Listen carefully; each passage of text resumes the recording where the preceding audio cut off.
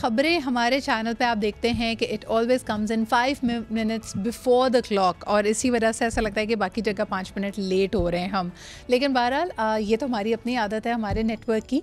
लेकिन आपको बताते चलें कि 5 मिनट लेट होना एक ग्लोबल ट्रेंड है और शायद हम इसको लेट होना नहीं समझते।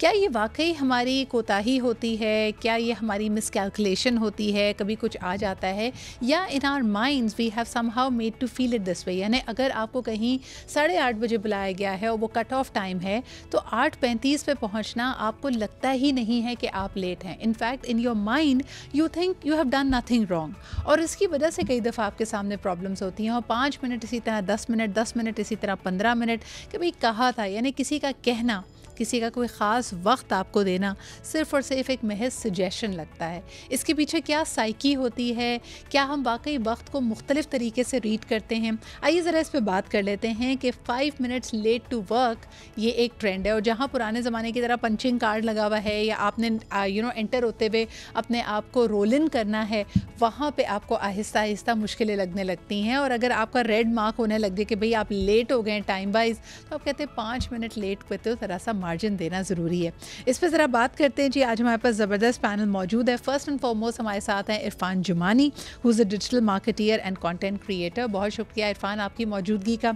अक्सा दुरानी हमारे साथ मौजूद हैं, जो कि HR मैनेजर हैं, पीपल एंड कल्चर मैनेजर हैं, और इसका ताल्लुक क्योंकि ख़ास तौर पर हमारे कल्चर से है, तो ज़रा उसको भी हम लेके चलेंगे। Last but definitely not the least माहिर नफ्सियात हैं वजीहा ज़फ़र भी हमारे साथ मौजूद हैं। सबसे पहले वजीहा, अगर आपसे इस आज की गुफ्तगू का आगाज़ करूँ, मुझे बताइए कि क्या वाकई 5 मिनट लेट होने को हम मेंटली यानी अपने माइंड में लेट होना तसव्वुर नहीं कर रहे? What's the psyche there? जी, अस्सलाम वालेकुम। अच्छा, अगर हम इसको इस तरह से भी देखें कि टाइप्स ऑफ पर्सनैलिटीज़ भी होती हैं। कुछ लोग बड़े परफेक्शनिस्ट होते हैं, वो 5 मिनट क्या 5 सेकंड भी लेट नहीं करते, और कुछ पर्सनैलिटीज़ ऐसी होती हैं कि जो कि एक तो उनका ब्रॉट अप ऐसा हुआ होता है, कुछ उनकी अपनी नेचर भी होती है कि वो बहुत केयरलेस होते हैं। उनका लाइफ़ के हवाले से बहुत इंपॉर्टेंट डिसीजंस भी, जैसे फ्लाइट्स भी लेट हो गई हैं, तो वो केयरलेस एक एटीट्यूड आ रहा होता है।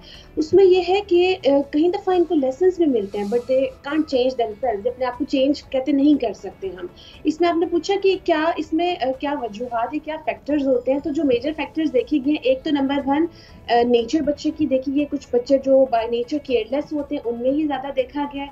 नंबर 2, ब्रॉट अप भी ऐसे एनवायरनमेंट में हुआ है जहाँ पे जो है बच्चे को ऐसा एनवायरनमेंट मिला है जिसमें घर का एनवायरनमेंट भी ऐसा ही है। नंबर 3, नंबर ऑफ चाइल्ड पे डिपेंड करता है कि आपका बर्थ नंबर कौन सा है, या अब सिबलिंग्स में आपका नंबर कौन सा है। अगर आप लास्ट बोर्न है, तो आप नोट करेंगे जो फर्स्ट बोर्न है वो रिस्पॉन्सिबल होता है, वो बहुत ज़्यादा टाइम को फॉलो कर रहा होता है, और जो लास्ट बोर्न होता है वो वही उसका केयरलेस एटीट्यूड आ रहा होता है। तो इस तरह के बहुत सारे फैक्टर्स देखे गए हैं, जो कि इस ट्रेंड, अब तो खैर ये बहुत कॉमन हो चुका है, लेकिन इस ट्रेंड को सेट करने में इस तरह के बहुत सारे फैक्टर्स हैं। बिल्कुल सही।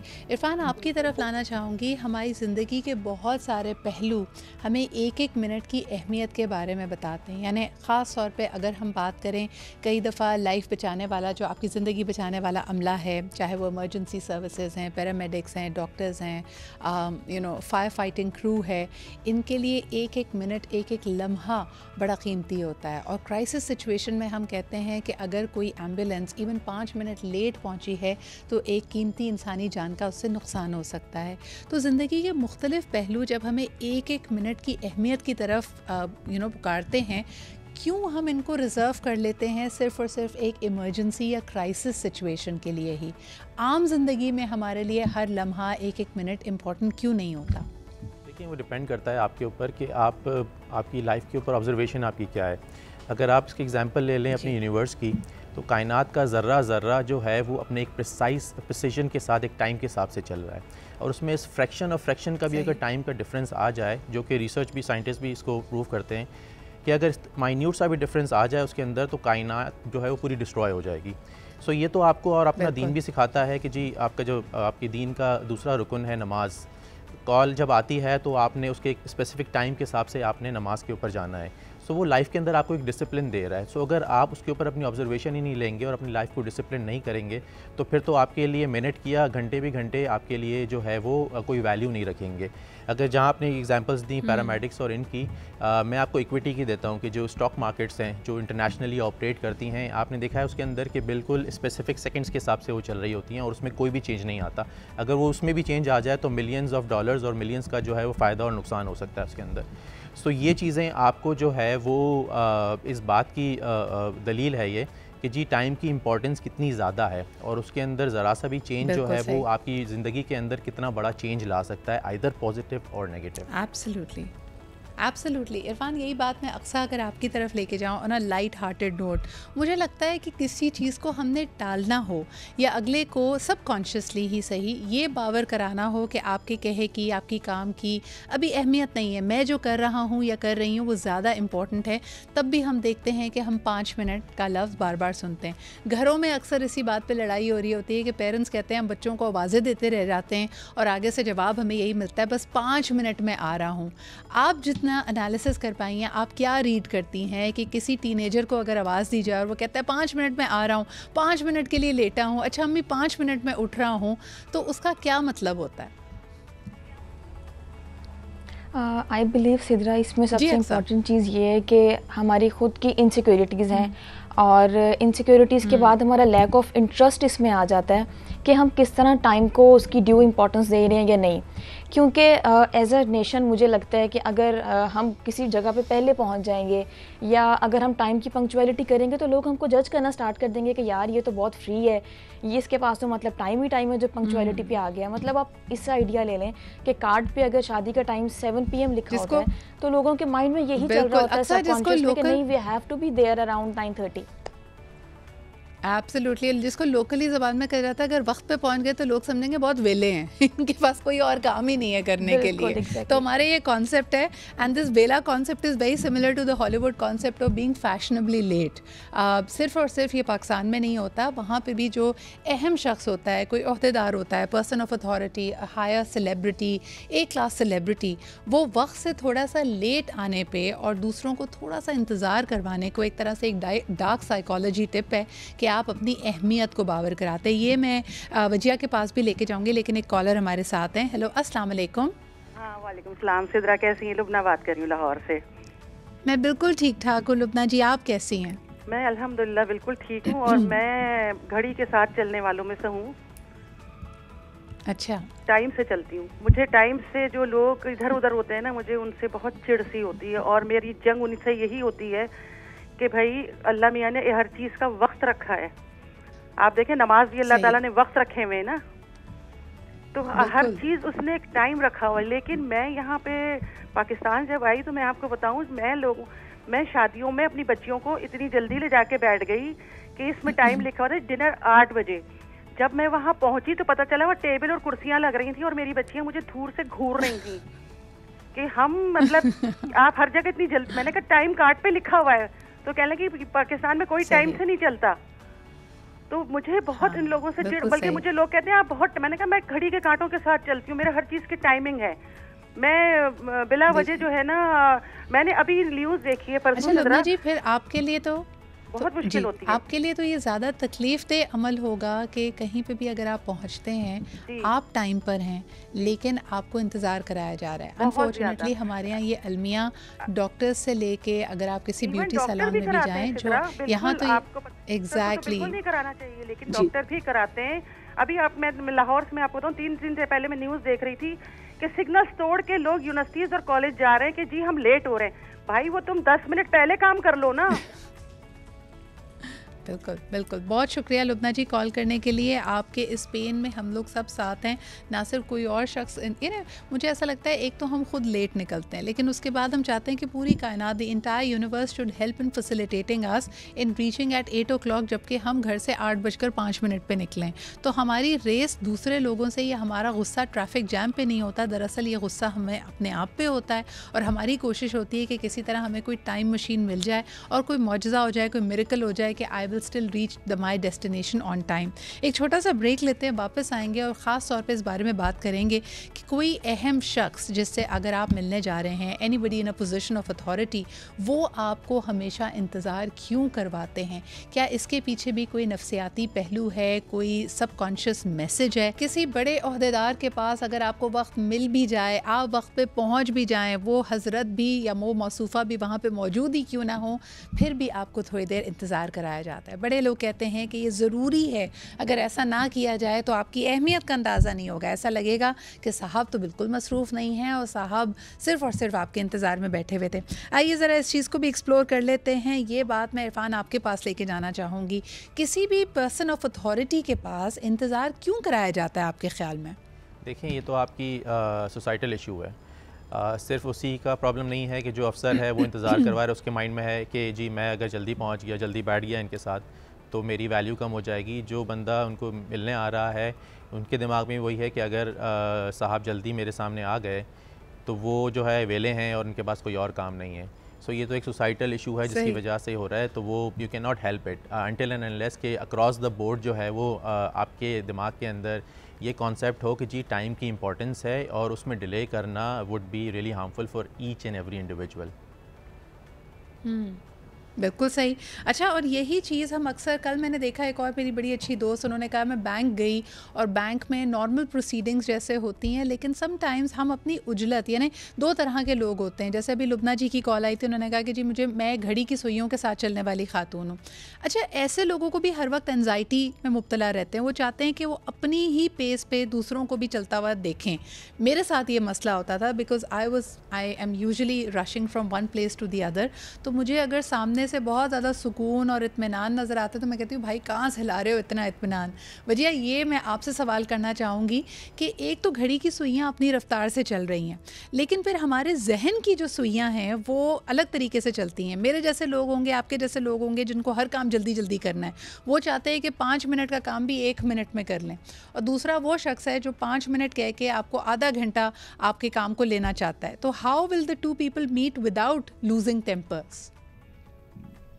अगर इन दो लोगों की बात करें तो उसमें बाउंड्रीज बहुत इंपॉर्टेंट है, बाउंड्रीज बहुत मैटर करती हैं। जैसे फॉर एग्जांपल मेरे पास कुछ क्लाइंट्स आते हैं, वो रिपोर्ट करते हैं कि हमारे अंदर ये आदत है कि हम लेट होते हैं, लेकिन हमें पता है कि ये 2-3 लोग हैं जो कंप्रोमाइज़ नहीं कर सकते, जिनकी जो इफेक्ट होते हैं, या क्लाइंट है अपने पार्टनर की बात करें, ऐसे एग्जाम्पल्स हैं मेरे पास बहुत सारी। तो वो उन स्पेसिफिक लोगों के लिए अपने आप को फोर्स करते हैं, बाउंड्री बनाते हैं, राइट, और वो कर भी लेते हैं। लेकिन यहाँ मैं इंपॉर्टेंट चीज ऐड करूंगी कि ये जो लोग घड़ी की सुइयों के साथ नहीं चलते, इनकी अपनी भी एंजाइटी के फैक्टर्स होते हैं, इनके अपने डिप्रेशन के भी फैक्टर्स होते हैं, बहुत सारे और फैक्टर्स होते हैं। ADHD के लोग घड़ी की सुइयों के साथ नहीं चल सकते हैं। सो डिसऑर्डर्स भी इसके साथ एसोसिएट होते हैं। डिसऑर्डर्स भी जो है, जिन क्लाइंट्स को डिसऑर्डर है वो टाइम ब्लाइंड होते हैं, उनको टाइम ब्लाइंडनेस उनके अंदर होती है। सो सिर्फ पर्सनैलिटी का फैक्टर नहीं आता, डिसऑर्डर्स भी आते हैं। जैसे मैंने चाइल्डहुड की भी बात की। अब क्योंकि हम दो एक्सट्रीम्स को जब सोसाइटी में देखते हैं तो उनका क्लैश, प्रोफेशनली अगर बात करें स्पेसिफिकली, तो क्लैश बहुत होते हैं। या पार्टनर्स की बात करें कि हस्बैंड घड़ी की सुइयों के साथ चल रहे हैं और वाइफ जो है वो अनरियलिस्टिकली ऑप्टिमिस्टिक है कि पहुंच जाएंगे, कोई मसला नहीं है, केयरलेस है, तो बहुत क्लैशेस आते हैं। क्लाइंट्स ऐसे बहुत आते हैं। इसमें बहुत जरूरी है कि आप कुछ चीजों पर अपनी बाउंड्रीज को सेट करें, ट्यून करें। हम ओवरऑल अगर नहीं कर पा रहे तो स्पेसिफिकली टारगेटेड इस चीज को रखें, क्योंकि देखिए अगर सभी पंक्चुअल होंगे, ये इम्पॉसिबल सी चीज है कि हम ये एक्सपेक्ट करें। वजह आम ज़िंदगी में तो चलो हमारी ज़िंदगियाँ इतनी तेज़ रफ्तार हैं, हम चाहते हैं, हमारे पास काम ज़्यादा और वक्त कम होता है, जैसे कहते हैं ना वक्त कम मुकाबला सख्त। लेकिन आम तौर पे जैसे आपने पार्टनर्स की लड़ाई की बात की, ये वेकेशंस में ज़्यादा सामने आता है। एक पार्टनर होगा जिसको एक दिन अगर है तो वो चाहता है वो तमाम टूरिस्ट अट्रैक्शंस पर चला जाए, दिन उसी तरह सुबह 9 बजे शुरू हो। और दूसरे पार्टनर की हो सकता है ये ख्वाहिश हो कि भाई हम वेकेशंस पे आए हैं, कोई मिलिट्री रिजीम तो नहीं है, हम इत्मीनान से उठेंगे, आराम से नाश्ता करेंगे, फिर चहलकदमी करेंगे। तो ये जो कॉन्सेप्ट ऑफ टाइम है, जिसको आपने बड़े खूबसूरत अंदाज में कहा, this is a new term which has come up which is about time blindness, यानी ये सिर्फ पंक्चुअलिटी या टाइम मैनेजमेंट का मसला नहीं है। The concept of time is very different for different people. तो तब उनको क्या करना चाहिए जब लेजरली एक्टिविटीज़ में आपस में टकराव होने लगे? देखिए, यही आपने बहुत खूबसूरत बात की, लेकिन इस बात में मैं ऐड करूंगी कि आप भी नोट करती होंगी सोसाइटी में, मैं भी एज अ प्रोफेशनल नोट करती हूँ कि ये जो लड़ाई है, लेकिन 10 साल की शादी को 10 साल हो गया, 20 साल हो गए, ये लड़ाई वहीं की वहीं है, इस पे वर्क नहीं किया गया ना।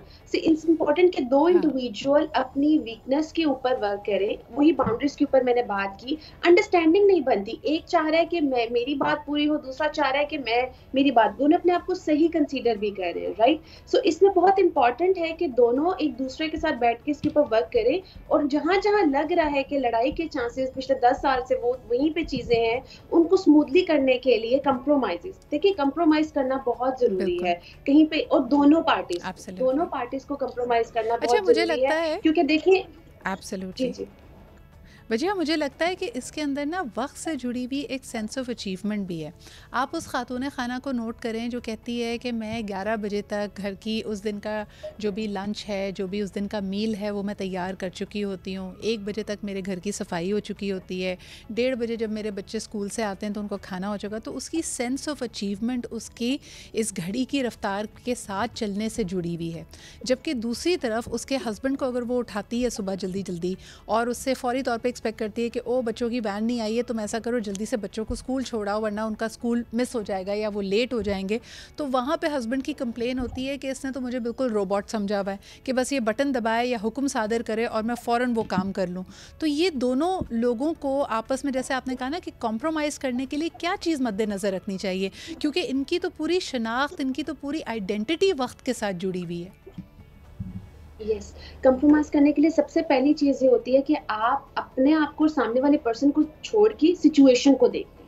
ये बहुत इंपॉर्टेंट होता है कि हम सिचुएशन की डिमांड को देखें। एट टाइम्स ना हम, जैसे फॉर एग्जांपल जैसे हस्बैंड ने रोबोट वाला वर्ड यूज किया, तो वो अपने आप को और अपनी वाइफ को एक पार्टनरशिप को देख रहे हैं, वो ये नहीं देख रहा कि सिचुएशन की क्या डिमांड है, सिचुएशन की क्या रिक्वायरमेंट है। जब आप सिचुएशन ओरिएंटेड हो जाते हैं ना, तो आप ये आई स्टेटमेंट से बाहर आ जाते हैं, आप जजमेंटल नहीं होते हैं, आप लॉजिकल होके देखते हो। तो वो इलॉजिकल माइंड, इमोशनल जितना आप होके वर्क करते हैं ना, उसमें ना आप कंप्रोमाइज कर पा रहे होते हैं, ना ही आप समझ पा रहे होते हैं कि इसका सोल्यूशन क्या है। बिल्कुल सही। वजह जी इस पे वापस भी आएंगे। अक्सर से मैंने एक बहुत अहम सवाल करना है वर्क प्लेस के हवाले से, लेकिन इस वक्त हमारे साथ एक कॉलर मौजूद है। हेलो, अस्सलाम वालेकुम। तुम सिद्रा कैसी हैं आप? मैं बिल्कुल ठीक ठाक, आप कैसी हैं? जी मैं बिल्कुल ठीक हूँ। मैं मिसेज एजाज बोल रही हूँ कराची से। मैं आपका टॉपिक सुन रही हूँ, ये बड़ा मजे की बात है, हमारी जिंदगी का समझ लें कि एक अहम हिस्सा कह सकते हैं, होना चाहिए। तो 5 मिनट के उस पर मैं कहूँगी कि मेरी एक आदत है, मेरे मियाँ मुझे कहें या कोई काम हो कहें 5 मिनट तैयार होकर निकलना है, तो आप बिलीव करें मेरी कुछ ये आदत है कि मैं 5 मिनट में उन्हें कहती हूँ, गारंटी देती हूँ और दरवाजे से बाहर होती हूँ। मतलब मेरे साथ ये है। अच्छा, और मैं ये मिसेज एजाज मुझे ये बताइए कि हाँ जी, सुबह आप उठती किस तरह हैं? आप अलार्म से उठती हैं या आपकी खुद ही आँख खुल जाती है? नहीं, मैं इस मामले बड़ी कुछ कहते हैं ना, कुछ खूबियां होती हैं कुछ बुराइयां, तो अभी तक मेरे मियाँ ही मुझे उठाते हैं। और अगर कभी फजर मेरी मैं वो उठते हैं, उनकी आदत है, मैं अक्सर डंडी मार देती हूँ या क्या क्या कहने के सुस्ती आती है, वो यकीन कीजिए मैं उनको कह के सो जाऊँ ना कि आप मुझे उठाना, तो वो उस दिन जिम्मेदारी से उठाते हैं। और जब ऑफिस के लिए लेट हो जाए तब भी वही उठाते हैं। तो मेरे बच्चे भी हंसते हैं कि मामा इतने साल हो गए आपको अभी तक वो नहीं है। अच्छा सिद्रा, मुझे एक बात पूछनी थी कि एक तो मुझे आप ये बताएं, आपकी गेस्ट जो बैठी हैं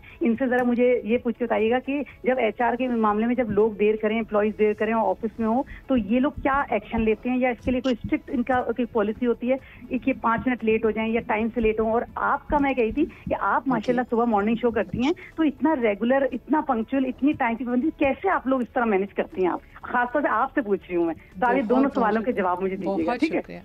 ठीक है, थैंक यू सो मच जी, थैंक यू वेरी मच। अक्सर जी पहले मैं आपके पास लेके आती हूँ और इनके सवाल को थोड़ा सा और एलैबोरेट कर लेती हूँ कि एक शख्स बड़ा अच्छा परफॉर्मर है, अपने काम में बहुत माहिर है, उसके काम से आपको कोई शिकायत नहीं है, लेकिन वो वक्त की पाबंदी इस अंदाज में नहीं कर पाता कि वो सुबह सवेरे 9 बजे या 8 बजे या जो भी दफ्तर का वक्त है उस पर आ नहीं पाता। तो फिर HR क्या एक्शन लेती है कि उसके काम की क्वालिटी को देखती है या उसके टाइम मैनेजमेंट को देखती है, और क्या एक्शन लेती है? पहले आप बताइए। अच्छा सिद्रा, इसमें तो सबसे पहले ये आ जाता है कि वो बंदे का जो काम है वो इंडिविजुअल बेसिस पे अगर नहीं है ना, और उसका जो काम डिपेंड करता है वो टीम वर्क पे करता है, तो देन वहाँ पर कुछ फ्लॉज आ सकते हैं, ठीक है? और इट्स नॉट इम्पॉर्टेंट कि हम उसके जस्ट काम के पैरामीटर्स को चेक करें, उसमें ये भी चीज़ें आ जाती हैं कि उसकी प्रोडक्टिविटी किस तरह है, उसकी पंक्चुअलिटी किस तरह है। मैं आपको इसकी एग्जाम्पल दूँगी। मैंने 2 तरह की ऑर्गेनाइजेशन में काम किया जहाँ पर 9 बजे का मतलब है 9 बजे, और अगर 9 बज के 1 मिनट होता है तो उसका मतलब है सैलरी डिडक्शन। और अब आजकल मैं आईटी सेक्टर में हूँ, तो आईटी सेक्टर में 1 घंटे या आधे घंटे का ग्रेस पीरियड आपको मिल जाता है, उस पर आपका सैलरी भी डिडक्ट नहीं होता। बट एज एन एम्प्लॉय या एज एन पाकिस्तानी या एज एन नेशन, आप कुछ भी कह लें, अगर हम इसी तरह 5-5 मिनट करके ग्रेस पीरियड देते रहते हैं ना, तो ट्रस्ट मी इसमें आधा दिन चला जाता है। तो मैंने फिर अपने एक्सपीरियंस से यही चीज़ गेन की है कि अगर हम किसी चीज़ के बारे में रिस्ट्रिक्शन करते हैं, सख्ती करते हैं, तभी एम्प्लॉयज़ की प्रोडक्टिविटी जो है वो प्रॉपर आती है, वरना 5-5 मिनट करते करते पूरा दिन चला जाता है। एंड अगेन जी बिल्कुल, मैं इसके 2 पहलू आपसे पूछना चाहूँगी। नंबर 1, इसमें कई दफ़ा हमने कई ऑर्गेनाइजेशंस में एम्प्लॉयज़ को इस बात पे खफा होते हुए देखा है, क्योंकि वही बात है ना, कल्चरली हमें आदत नहीं है वक्त की पाबंदी करने की। जब ऑर्गेनाइजेशन सख्ती करती है और सिर्फ बात करती है सैलरी डिडक्शन की, तो आप ये भी देखें कि लोग 9 बजे तो पहुँचते हैं, लेकिन कई हमारी इंडस्ट्रीज़ में, कई ऑर्गेनाइजेशंस में जाने का वक्त नहीं होता। तो क्या इदारा या ऑर्गेनाइजेशन इस बात को भी मलूज़े खातिर रखते हैं कि देखिए जी 5 बजे जब छुट्टी का टाइम था, ये शख्स ने फिर लॉन्ग सिटिंग करके उस दिन 7 बजे तक बैठा है, 8 बजे तक बैठा है, चाहे बैंक हो, स्कूल्स हो, उनकी जब क्लोजिंग का टाइम होता है, तो कई एम्प्लॉयज़ बहुत रिस्पॉन्सिबिलिटी के साथ ज़्यादा वक्त भी तो दे रहे होते हैं ना, तब भी क्या सिर्फ आने का वक्त इम्पॉर्टेंट होता है इदारों के लिए? एग्जैक्टली मैं आपकी बात को बिल्कुल सेकंड करूंगी। आने का टाइम तो इम्पॉर्टेंट होता ही होता है, लेकिन अगर मैं अपनी इंडस्ट्री की बात करूं तो उसमें हम लोग ओवर टाइम का पे करते हैं, ठीक है। अगर आप बैंक्स को देख लें या मल्टीपल कॉर्पोरेट सेक्टर्स देख लें, वहाँ पर भी कि ट्रेंड है कि अगर कोई एक्स्ट्रा टाइम आपको दे रहा है या उसका काम एक्स्ट्रा है, और इसमें एक फैक्टर ये भी आ जाता है कि क्या ऐसी चीज़ें हैं जो उसका काम जो है पर्टिकुलर टाइम में ख़त्म नहीं हुआ, क्या ऐसी रीजंस है, तो इसमें फिर उस पर भी थोड़ा सा क्वेश्चन आ जाता है कि उसकी क्या प्रोडक्टिविटी है जो काम टाइम पे नहीं खत्म हुआ। बट अगेन वी कंपनसेट, हम ओवर टाइम उसमें पे करते हैं, लेकिन वही मैंने आपको जो पहले बात बताई है कि डिपेंड करता है उसका काम पूरे टीम वर्क पे, तो पंक्चुअलिटी बहुत कंपल्सरी उस मामले में। एब्सोल्युटली जी, पंक्चुअलिटी ख़ास तौर पे अगर आप क्लाइंट सर्विसेज में बड़ी अहम है। मिसेस जजाज का जो दूसरा सवाल मुझसे था उस पे आ जाती हूँ। मैम, मुझे लगता है कि ज़िंदगी में कोई भी काम अगर आप कर रहे हैं और उसको खुश उसलूबी से कर रहे हैं, तो उसमें एक्सेलेंस की गुंजाइश रहती है।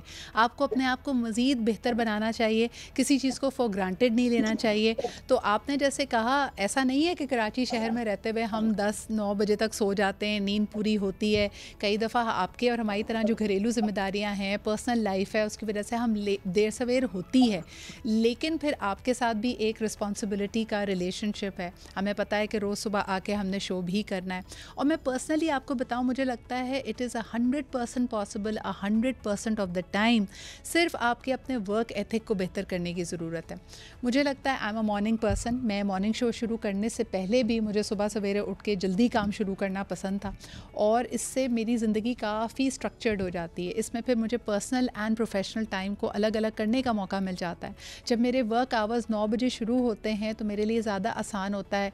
बाय द टाइम ऑफिसेज और दफातर खुलते हैं, मैं अपने दूसरे काम, कंसल्टिंग के काम और ज़िम्मेदारियाँ बहुत आसानी से कर पाती हूँ। तो आई थिंक कि एक तो वो मोटिवेशन है, एक रिदम में जब ज़िंदगी आ जाती है तो वो रिदम आपको फिर पसंद भी आने लग जाती है। हम एक छोटा सा ब्रेक लेते हैं, वापस आएंगे और ये बात करेंगे कि कई दफ़ा कुछ काम आप 5 मिनट में कर सकते हैं, या आपको लगता है कि अगले का काम, जो भी मैं इससे फेवर मांग रही हूँ कि भाई फ़लाना डिज़ाइन सही करके दे दो, ये फॉर्म सही करके दे दो, ये कॉल कर दो मेरे लिए, ये सिर्फ 5 मिनट का काम है। और उसमें अगर वो शख्स इल्तवा कर रहा है तो उसकी अपनी या तो काहिली है, या उसका कोई छुपा हुआ मकसद है, या वो मैनिपुलेट आपको कर रहा है। हम ये रियलाइज़ नहीं करते कि उसके क्राफ्ट की, उसके स्किल की, उसके जो हुनर की, यानी उस लेवल तक पहुँचने के लिए कि वो काम सिर्फ 5 मिनट में कर सके, उसने अनथक मेहनत की है, और उसकी या तो आपको कॉम्पनसेशन देनी चाहिए या कदर करनी चाहिए। 5 मिनट डेडलाइंस, यानी डेडलाइन से 5 मिनट आगे होना हम बड़ी बात नहीं समझते, लेकिन किसी को 5 मिनट की डेडलाइन देना, इसको भी बहुत ज़्यादा हैरत की बात नहीं समझा जाता। इरफान, ये सवाल मैं आपके पास लेके आऊँगी। अक्सर अपने जो सबॉर्डिनेट्स होते हैं, जो जूनियर स्टाफ मेंबर्स और टीम मेंबर्स होते हैं, उनको हम आनन फानन अपनी तरफ मुतवज्जे करते हैं, एक क्राइसिस क्रिएट करते हैं, और उनसे फ़ौरी तौर पे जो हमें रिस्पॉन्स चाहिए होता है वो 5 मिनट में चाहिए होता है। और इसको हम अपने अपनी बड़ी ज़बरदस्त मैनेजमेंट स्किल समझते हैं कि देखो ये शख्स हो सकता है इस काम के लिए आधे घंटा लेता, देखा मैंने इसको कैसा प्रेशराइज़ किया, इससे काम लिया। अभी 10 अक्टूबर को हमने पूरी दुनिया में वर्ल्ड मेंटल हेल्थ डे मनाया है। एक शख्स आजकल की दुनिया में इतनी सारी परेशानियों और डेडलाइन से घिरा हुआ है, और जब उसको 5-5 मिनट के डेडलाइंस दी जाती है कि मुझे ये 5 मिनट में फ़ाइल अपनी टेबल पे चाहिए, 5 मिनट में डिज़ाइन रिवाइज चाहिए, 5 मिनट में कोटेशन चाहिए, तो ये हमारे वर्क एनवायरनमेंट को कितना अनहेल्दी बना रहे हैं। इसमें मैं आपके कमेंट्स चाहूँगी। देखें, वर्क एनवायरनमेंट की भी आपने बात की, HR पर्सनल भी हमारे पास मौजूद हैं इस वक्त। मेरा ही एक्सपीरियंस रहा है सिंस बिगिनिंग कि इवन नॉट ओनली आपकी जो नॉर्मल शादियों वगैरह के अंदर लेट होने का कॉन्सेप्ट है, बल्कि कॉर्पोरेट लाइफ के अंदर भी है। आप खुद जो है वो बहुत सारे कॉर्पोरेट इवेंट्स होस्ट करती रही हैं, you would know it better कि जी कहीं पर भी जो है वो टाइम मैनेजमेंट नहीं की जाती है। लेट आना है तो टाइम तो कभी भी इन कंसिडरेशन होता ही नहीं, that's not a factor, that's always और एनी टाइम इन कंसिडरेशन। सो ये तो प्रॉब्लम है हमारे यहाँ। और जहाँ तक आपने बात की कि जी डेडलाइंस दी जाती हैं सबऑर्डिनेट्स को, सो वो फिर वही साइकोलॉजिकल एक फ़ैक्टर है इसके अंदर कि जिसमें जो है वो आप अपने सबऑर्डिनेट्स की मेंटल हेल्थ के साथ प्ले अराउंड कर रहे होते हैं कि अगर आपने उनको स्ट्रेस ना दिया तो आपको जो रिज़ल्ट है वो प्रॉपर नहीं मिलेगा। सो उसकी वजह से जो है you try your utmost and the best कि जी ज़्यादा से ज़्यादा उनको प्रेशराइज़ किया जाए। अभी मैं रिसेंटली एक रिसर्च ही पढ़ रहा था जिसके अंदर उन्होंने एक प्रॉपर रिसर्च की कि जिसके अंदर मेंटल जो स्ट्रेस है वो कॉर्पोरेट लाइफ के अंदर बहुत ज़्यादा बढ़ रहा है। सो उसकी वजह क्या है? उसकी वजह जो मेन उसमें निकाली गई वो यही थी कि जी मैनेजमेंट की तरफ से बहुत ज़्यादा टाइम के ऊपर जो है वो स्ट्रेस दिया जाता है कि मतलब अनरीज़नेबल डेडलाइंस दी जाती हैं, जिसकी वजह से जो एम्प्लॉइज़ एंड सबऑर्डिनेट्स होते हैं वो बहुत ज़्यादा मेंटली डिस्टर्ब होते जा रहे हैं। और उनकी नॉट ओनली उनकी जो और देखिए शुरू में शायद आपके लिए वो हंगर और वो चीज़ है वो आपके पास ऑलरेडी मौजूद हो, यानी जो नया एक ग्रेजुएट है अगर आप उसको कहेंगे बेटा 5 मिनट में डिज़ाइन दो या 5 मिनट में कोई नया आइडिया दो, उस वक्त उसका माइंड अनजेडेड है, हो सकता है वो ये कर पाए, लेकिन लॉन्ग टर्म पे इस तरह की हाई प्रेशर सिचुएशन में रहना बहुत मुश्किल है। इसकी एक और मिसाल आपको देती हूँ कि जो एयर ट्रैफिक कंट्रोलर्स होते हैं, ख़ास तौर पे बिज़ी एयरपोर्ट्स के, जैसे हीथ्रो की बात की जाए या दुबई एयरपोर्ट की बात की जाए, उनको हर 15 मिनट के बाद या हर 20 मिनट के बाद एक ब्रेक दी जाती है, क्योंकि इतनी सारी इंसानी जानें उनके सेकंडों के या मिली सेकंड्स के डिसीजन पे बेस कर रही होती हैं। और सबको ये अंदाज़ा है कि विदिन 5 मिनट्स अपने 2 या 3 फ़्लाइट्स को अगर लैंड कराया है तो आप मेंटली एग्जॉस्टेड हैं। लेकिन बाकी हमारी जो फोर्सेस हैं, बाकी जो हमारी फील्ड्स हैं, उसमें शायद इस बात का अदराक बहुत कम है। मुझे ये बताइए वजिया, आपकी तरफ आना चाहूँगी, कई जो हमारे कॉस्मेटिक प्रोसीजर्स होते हैं या कई और काम होते हैं जिसमें किसी के पास इतनी महारत है कि हमें ये देखकर लग रहा होता है कि यार इसने 5 मिनट में देखो हेयर कट कर दिया, 5 मिनट में जैसे मेकअप कर दिया, 5 मिनट में एक ज़बरदस्त डिज़ाइन रेडी कर दिया, और हम उससे हर वक्त इसी तरह की फुर्ती की उम्मीद लगाते हैं। ये उस शख्स की मेंटल हेल्थ पे क्या हैवॉक क्रिएट करती है? वेल इसमें ना कुछ फैक्टर्स मैं ऐड करूँगी। जैसे अगर कोई 5 मिनट में काम करता है तो उसके कितने सालों का तजर्बा होता है अगर वो कुछ मिनट्स में वो काम कर पा रहा है। लेकिन ज़रूरी नहीं है कि वो हर काम ही 5 मिनट में कर सकता हो, ठीक है। अगर कोई एक इंसान एक काम में उसकी महारत है तो उसका मतलब ये नहीं है कि वो सारे ही कामों में उतनी ही फुर्ती दिखाए और उतनी ही ज़्यादा पंक्चुअलिटी रखे, बिकॉज जितना ज़्यादा आप चीज़ों को तेज़ी से करते हैं आप माइंडफुल नहीं रहते हैं। जब आप माइंडफुल होकर काम नहीं करते तो आपकी बॉडी एक रोबोट की तरह सर्वाइवल मोड पे बस चलती है, और सर्वाइवल मोड जो है वो बॉडी के लिए बहुत स्ट्रेसफुल हार्मोन्स को रिलीज करती है। और बॉडी जो है ऑल द टाइम, आप यही समझे कि आपने रेस और ब्रेक जैसे गाड़ी एक साथ दबाई हुई है और इंजन सीज कर जाता है, तो इसी तरह से बॉडी भी ऐसी है। जब आपने ऑल द टाइम मल्टीटास्किंग भी करने हैं, जल्दी जल्दी भी करना है, तो आपकी बॉडी एक सर्टेन टाइम के बाद डैमेज होने लगती है, आपका ब्रेन भी डैमेज होने लगता है, और फिर उससे जो आप डेली लाइफ के काम है वो भी करने से मुतासिर होने लगता है आपका दिमाग, लोगों की मेमोरी जाने लगती है, लोग फोकस लूज करने लगते हैं। यस, बिल्कुल आपकी मेमोरी कमज़ोर होने लगती है। वजिया, क्या ये कहना, बिल्कुल मेरे पास आखिरी 1 मिनट है, मुझे क्विकली बताइएगा कि क्या ये बात भी सच है कि जब आप एक बंदा अगर टीम में, क्योंकि टीम्स में एक दूसरे की टाइम मैनेजमेंट बड़ी इंपॉर्टेंट होती है, अगर एक शख्स ओवर परफॉर्म करता है तो वो दूसरों को अंडर परफॉर्म करने का एक तरह से लाइसेंस दे देता है। So whenever you are over performing on an extended period of time, ये नहीं कि आप किसी को मुश्किल हालात में कवर अप कर रहे हैं, वो एक अलग बात होती है, लेकिन अगर आप आपको पता है कि जो आपका टीम मेंबर है वो हमेशा ही लेट आएगा और आप उसको कवर अप कर रहे हैं, तो एक तरह से आप उसकी आदत को भी पक्का कर रहे हैं कि वो हमेशा ही लेट आएगा, क्योंकि उसको पता है काम तो हो जाएगा। बिल्कुल ऐसा ही है, और ये इंतहाई अनहेल्दी है। इसमें आप एक तो अपनी पर्सनल स्पेस भी नहीं रख रहे, अपनी बॉडी की भी रिस्पेक्ट नहीं कर रहे, और अगले को भी जो है आप अनहेल्दी बाउंड्रीज की वजह से अगले को भी डैमेज कर रहे हैं, मतलब अगले की भी बुरी आदत बना रहे हैं। उसकी ऑलरेडी जो पर्सनालिटी है, बुरी आप आदत उसको को टफ पक्का टाइम कर रहे देखिए। हैं। यस, बिल्कुल सही। बहुत बहुत शुक्रिया। वजिया हमारे साथ थी, अक्सा हमारे साथ थी और इरफान भी। 5 मिनट से जुड़े हुए बहुत सारी चीज़ें हैं। अच्छा, बार बार हमारे प्रोग्राम में नमाज का जिक्र किया गया। नमाज से ज़्यादा मुझे लगता है कि एग्ज़ाम्पल यहाँ पे बड़ी मौजू बनती है रोज़े की। जिस तरह इफ़्तार का एक वक्त मुकर्रर है ना, आप उससे 5 मिनट पहले जाते हैं, और अगर आपने उसमें लेट भी किया, 5 मिनट आप डिले हो गए, तो आप अक्सर ये तसव्वुर में होते हैं कि देखिए जी मेरा रोज़ा मकरू हो गया है। तो I think that is a more apt attachment over here, क्योंकि नमाज में तो फिर अल्लाह ताला ने हमारे लिए आसानी की है कि उसमें थोड़ा सा आपको एक ब्रैकेट ऑफ टाइम दिया गया होता है। वो 5 मिनट से अमूमन ज़्यादा ही होता है, ताकि आप आसानी से नमाज अदा कर सकें। लेकिन जिस तरह आप वक्त की पाबंदी करते हैं अपना रोज़ा खोलने में, फ़्लाइट कैच करने में, कि आपको पता है कि जी आप आएँ ना आएँ, अगर 9 बजे की फ़्लाइट है तो उसने 9 बजे उड़ जाना है, तो आप फिर ज़्यादा मोहतात हो जाते हैं। So please value time, every second matters, every minute matters. और वक्त के साथ साथ अगर आप इसको रिलैक्स तरीके से हैंडल करेंगे तो ये आपकी पर्सनैलिटी को मज़ीद निखारेगा। हमें भी इजाज़त दीजिए, इंशाल्लाह कल आपसे फिर मुलाकात होगी। खुदा हाफ़िज़।